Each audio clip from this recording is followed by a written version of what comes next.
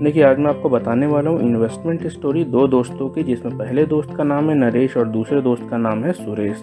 दोनों ने अपने जॉब को स्टार्ट किया ईयर 2000 में और साथ ही दोनों ने स्टार्ट की अपनी investment same mutual fund scheme में। सेम इन्वेस्टमेंट अमाउंट 10,000 रुपये SIP के साथ, सेम ड्यूरेशन 20 साल के लिए। पर 20 साल बाद नरेश को जो रिटर्न मिला वो था लगभग 95 लाख रुपीस। वहीं सुरेश को 20 साल में सेम म्यूचुअल फंड स्कीम में सेम अमाउंट निवेश करके जो रिटर्न मिला वो था लगभग 74 लाख रुपीस।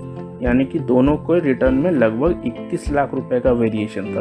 अब आप कहेंगे कि जब दोनों ने सेम अमाउंट निवेश किया सेम म्यूचुअल फंड स्कीम में सेम ड्यूरेशन के लिए, तो आखिर रिटर्न में इतना वेरिएशन कैसे हो सकता है? तो देखिए बिल्कुल हो सकता है। अगर आप भी वो गलती करेंगे जो गलती यहाँ पे सुरेश ने की थी, तो ऐसा आपके साथ भी हो सकता है। मैं आपको इसी वीडियो में बताऊंगा कि सुरेश ने क्या गलती की थी, वो भी लाइव सिनेरियो दिखा के।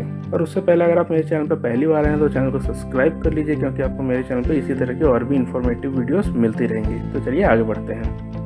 देखिए आज के हमारे इस एग्जाम्पल को हम समझेंगे एक्सेस फोकस 25 फंड के रियल टाइम रिटर्न से कंपेयर करके। तो यहाँ पे सर्च कर लेते हैं एक्सेस फोकस 25 फंड को, और इस फंड को मैं खोलूंगा moneycontrol.com वेबसाइट पे। बहुत ही ट्रस्टेड वेबसाइट है। अगर आप भी निवेश करते हैं म्यूचुअल फंड में तो इस वेबसाइट को यूज जरूर करें। इस वेबसाइट से आपको म्यूचुअल फंड से जुड़ी हुई बहुत सारी इंपॉर्टेंट इन्फॉर्मेशन मिल सकती है।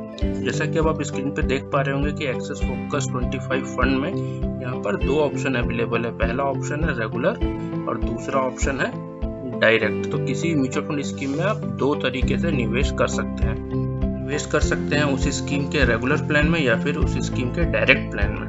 तो चलिए सबसे पहले मैं आपको एक्सेस फोकस 25 फंड के डायरेक्ट प्लान को ओपन करके इसके रिटर्न के बारे में बता देता हूँ कि डायरेक्ट प्लान ने कितना रिटर्न दिया है।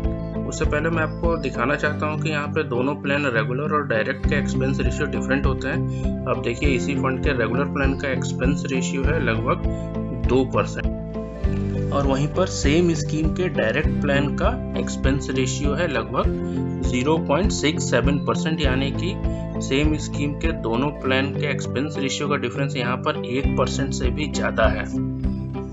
तो चलिए अब मैं आपको इस स्कीम के डायरेक्ट प्लान के रिटर्न्स के बारे में बता देता हूँ। तो सबसे पहले हम क्लिक करेंगे डिटेल रिटर्न एनालिसिस पे, उसके बाद हम लोग क्लिक करेंगे रिटर्न कैलकुलेटर पे।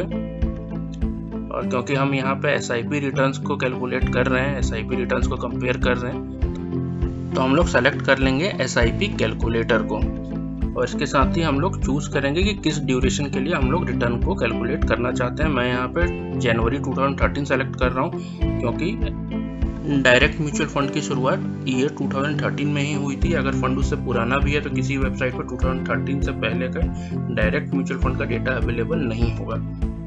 तो अब हम इन सभी डिटेल्स को सेलेक्ट करके इन्हें कर देंगे सबमिट। जैसा कि आप देख पा रहे होंगे कि यहाँ पे हमने टोटल SIP की 10,000 रुपये की 7 साल के लिए एक्सेस फोकस 25 फंड के डायरेक्ट प्लान में। तो 7 साल में हम लोग का टोटल इन्वेस्टमेंट वैल्यू है 9,20,000 रुपये, और टोटल मैच्योरिटी अमाउंट था लगभग 15,42,960 रुपये। वहीं आपको प्रॉफिट हुआ लगभग 6,22,960 रुपये। फंड के डायरेक्ट प्लान ने हमें एनुअलाइज रिटर्न दिया है 13.29% का। देख लेते हैं कि एक्सेस फोकस 25 फंड के रेगुलर प्लान ने हमें कितना रिटर्न दिया है सेम ड्यूरेशन में। तो हम फिर से क्लिक करेंगे रेगुलर प्लान के डिटेल रिटर्न एनालिसिस पे, उसका स्क्रॉल करेंगे और क्लिक करेंगे इसके रिटर्न कैलकुलेटर पे। अब क्योंकि हम यहाँ पे SIP रिटर्न को कंपेयर कर रहे हैं तो हम लोग सेलेक्ट कर लेंगे SIP कैलकुलेटर को। यहाँ पे भी हम SIP अमाउंट को रखेंगे सेम 10,000 रुपये और ड्यूरेशन सेलेक्ट कर लेंगे जनवरी 2013, क्योंकि हम जनवरी 2013 से ही रिटर्न को कंपेयर कर रहे हैं। और फिर हम इन सभी डिटेल्स को कर देंगे सबमिट।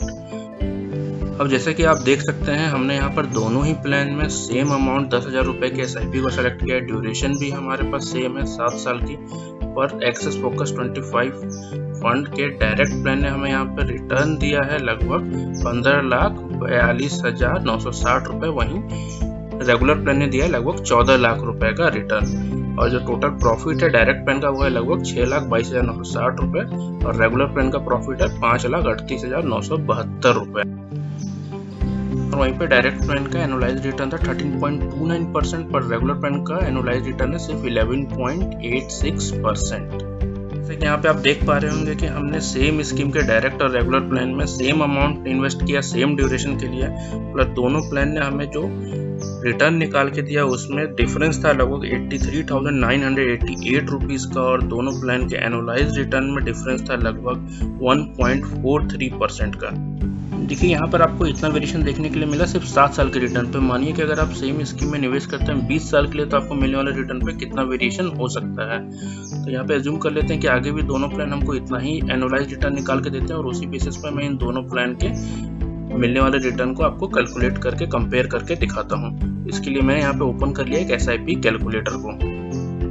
यहाँ पे अब हम SIP अमाउंट सेलेक्ट कर लेते हैं 10,000 रुपये, और इन्वेस्टमेंट पीरियड सेलेक्ट कर लेते हैं 20 साल। और एक्सेस फोकस 25 फंड के रेगुलर प्लान ने हमें एनुअलाइज रिटर्न निकाल के दिया था 11.86% का। तो हम एज्यूम करते हैं कि आगे भी इतना रिटर्न देगा, तो यहाँ पे हम एक्सपेक्टेड रिटर्न डाल देते हैं 11.86, और फिर इसके रिटर्न को कैलकुलेट करेंगे। तो आप देख सकते हैं कि यहाँ पे जो टोटल वेल्थ गेन या फिर मैच्योरिटी अमाउंट है वो है लगभग 74 लाख रुपये। और वहीं पे सेम स्कीम के डायरेक्ट प्लान ने हमें जो एनुअलाइज रिटर्न दिया था वो था लगभग 13.29%।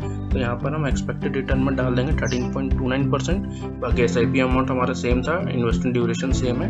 तो अब हम इसके रिटर्न को कैलकुलेट करेंगे। तो आप देख सकते हैं कि यहाँ पे जो वेल्थ गेन है या मैच्योरिटी अमाउंट है वो है लगभग 95 लाख रुपीज़। तो आप देख सकते हैं कि सेम स्कीम में सेम अमाउंट निवेश करके उसके डायरेक्ट प्लान और रेगुलर प्लान पे मिलने वाले रिटर्न में लगभग 21 लाख रुपए का वेरिएशन है 20 साल के रिटर्न पे।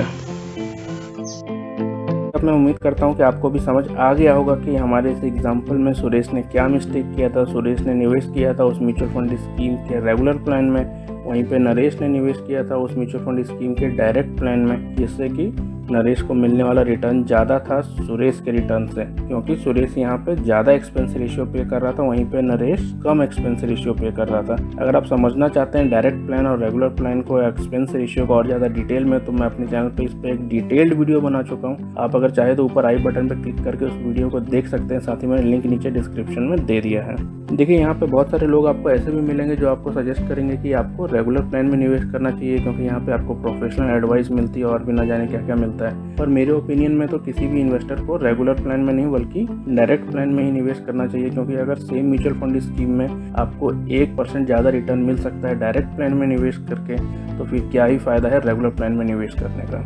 तो दोस्तों उम्मीद करता हूँ कि आपको मेरी वीडियो पसंद आई होगी। तो आप वीडियो को जरूर से लाइक कर दें, साथ ही शेयर करें अपने दोस्तों के साथ, रिलेटिव के साथ, कलीग के साथ, ताकि वो भी ये गलती करने से बचें। और उसके साथ ही अगर आपने अभी तक मेरे चैनल को सब्सक्राइब नहीं किया है तो सब्सक्राइब कर लीजिए। जल्दी मिलेंगे एक नए वीडियो में। इस वीडियो को अंत तक देखने के लिए बहुत बहुत धन्यवाद।